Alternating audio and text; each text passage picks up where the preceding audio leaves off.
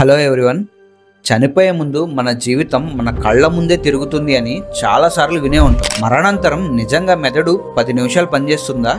Science దీని గురించి ఏం చెప్తుంది? డీటెయిల్గా తెలుసుకుందాం.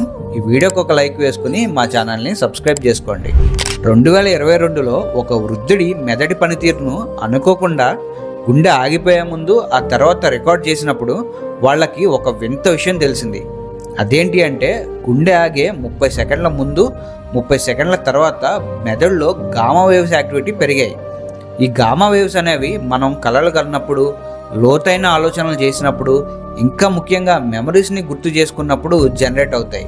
అంటే చివరి క్షణాల్లో మెదడు మన జీవితంలో ముఖ్యమైన సంఘటనలను ఒక చివరి రీప్లేలా చూపించే అవకాశం ఉందని శాస్త్రవేత్తలు చెప్తున్నారు. అయితే కొన్ని స్టడీస్లో 10 నిమిషాల వరకు ఈ గామా వేవ్ యాక్టివిటీ కనిపించినా కొన్నిసార్లు 1 లేదా 2 నిమిషాలు మాత్రమే కొనసాగాయి. ఇంకా చాలామంది మరణ అంచుల దాకా వెళ్ళొచ్చిన వాళ్ళు వాళ్ళ జీవితాన్ని స్లో మోషన్లో చూసామని కూడా చెప్తూ ఉంటారు. దీన్నే వన్ లాస్ట్ రీకాల్ అని కూడా అంటారంట. ఈ వీడియో మీకు నచ్చింది అనుకుంటున్నాను. నచ్చితే ఒక లైక్ వేసుకుని మా ఛానల్ని సబ్స్క్రైబ్ చేసుకోవడం మాత్రం మర్చిపోకండి. Thank you.